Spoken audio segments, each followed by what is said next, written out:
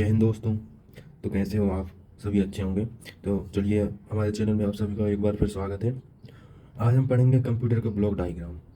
तो block diagram से हम पढ़ेंगे कि ब्लॉक डायग्राम में क्या क्या होता है और इसकी क्या प्रोसेस होती है। तो चलिए हम वीडियो को शुरू करते हैं।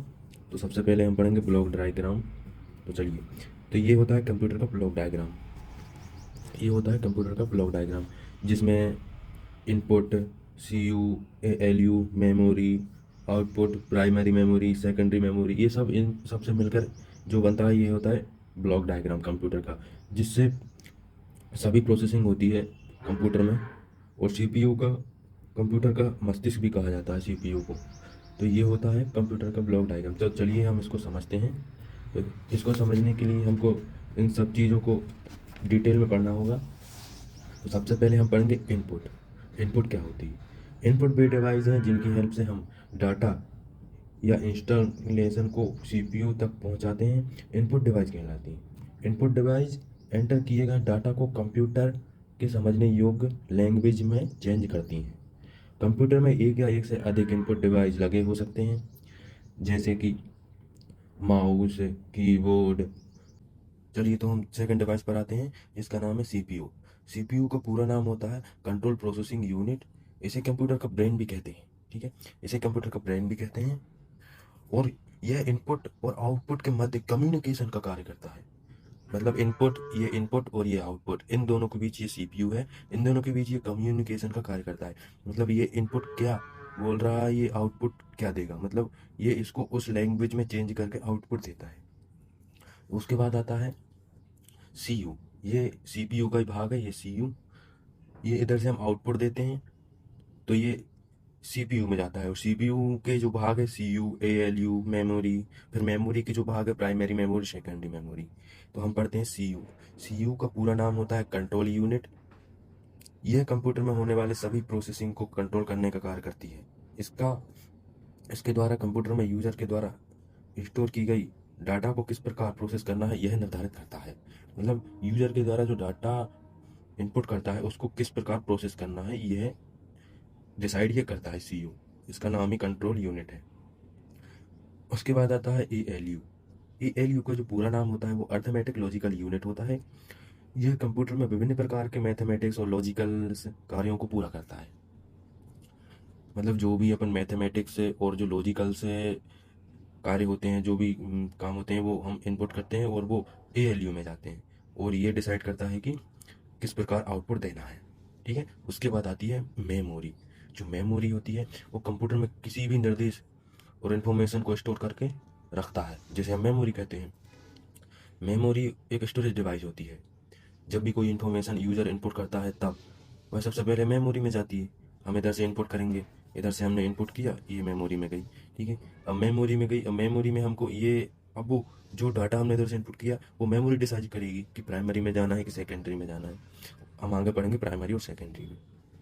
तो जब भी हम कोई भी इंफॉर्मेशन इनपुट करते हैं वो सबसे पहले मेमोरी में जाती है, मेमोरी में स्टोर हो जाती है। तो और प्रोसेसिंग के बाद वह आउटपुट यूनिट के द्वारा रिजल्ट डिस्प्ले करती है। कंप्यूटर सिस्टम की स्टोरेज यूनिट मेमोरी कहलाती है। मेमोरी जो होती है वो मुख्यतः दो प्रकार की होती है। पहली होती है प्राइमरी मेमोरी, दूसरी होती है सेकेंडरी मेमोरी। हम पढ़ेंगे इनको, उसके पहले हम पढ़ते हैं आउटपुट। आउटपुट हम पढ़ेंगे। ये आउटपुट है जो ये होता है यूजर के द्वारा दिए गए निर्देशों के मध्य डिस्प्ले किया जाता है। मतलब जो दिए गए निर्देश हम इनपुट देते हैं तो जो हमको रिजल्ट डिस्प्ले होता है वो आउटपुट के द्वारा होता है, जिन्हें हम आउटपुट डिवाइस कहते हैं। आउटपुट डिवाइस जैसे पीसी, स्पीकर, ये हो गई आउटपुट डिवाइस। कंप्यूटर में स्टोर किसी भी इंफॉर्मेशन को आउटपुट डिवाइस के माध्यम से प्राप्त करते हैं हम। कंप्यूटर में विभिन्न प्रकार के आउटपुट डिवाइस होते हैं, जैसे कि मॉनिटर, प्रिंटर, स्पीकर आदि। यूजर आउटपुट को प्राप्त करने के लिए किया जाता है इन सभी का उपयोग। ठीक है, उसके बाद हम पढ़ते हैं क्या, मेमोरी के भाग, कौन कौन सी मेमोरी होती है। जो मेमोरी होती है वो दो प्रकार की होती है। एक होती है प्राइमरी मेमोरी, एक होती है सेकेंडरी मेमोरी। और ये प्राइमरी मेमोरी और सेकेंडरी मेमोरी के भी भाग होते हैं, लेकिन हमको इतना डीपली अभी नहीं पढ़ना है। अभी हमको सिर्फ ब्लॉक डायग्राम के बारे में समझना है, इसलिए हम पढ़ेंगे प्राइमरी मेमोरी और सेकेंडरी मेमोरी। तो हम प्राइमरी मेमोरी समझते हैं। तो जो प्राइमरी मेमोरी होती है, जो प्राइमरी मेमोरी होती है, तो ये मेमोरी इन्फॉर्मेशन को सबसे पहले स्टोर की जाती है। जो भी इन्फॉर्मेशन आती है वो सबसे पहले प्राइमरी मेमोरी में सेव होती है और आवश्यकता पड़ने पर उन्हें प्राप्त भी किया जा सकता है। मतलब यह मेमोरी डाटा को अस्थायी रूप से सेव करती है। यह डाटा को अस्थायी रूप से सेव करती है। ठीक है, मतलब जैसे कि हमने कोई भी इंफॉर्मेशन हमने सेव की, तो वह जैसे कि हमने ये सेव की और हम काम कर रहे हैं और काम करते करते लाइट चली जाती है। तो लाइट चली जाती है तो यह प्राइमरी मेमोरी में हट जाती है। प्राइमरी मेमोरी से हट जाती है। जैसे कि हम कोई भी काम करते हैं तो हम जिस पेज पर थे हम उस पेज पर फिर दोबारा तो नहीं कर आते हैं जब हम ओपन करते हैं कंप्यूटर को। तो ये होती है प्राइमरी मेमोरी। तो प्राइमरी मेमोरी में डाटा को अस्थायी रूप से सेव किया जाता है।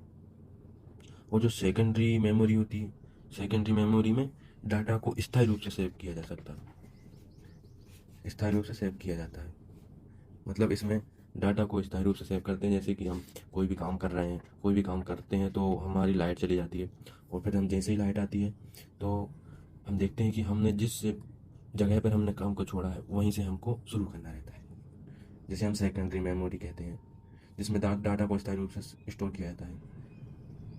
इसमें स्टोर डाटा को डिस्प्ले बंद होने पर इसकी मेमोरी से हटता नहीं है।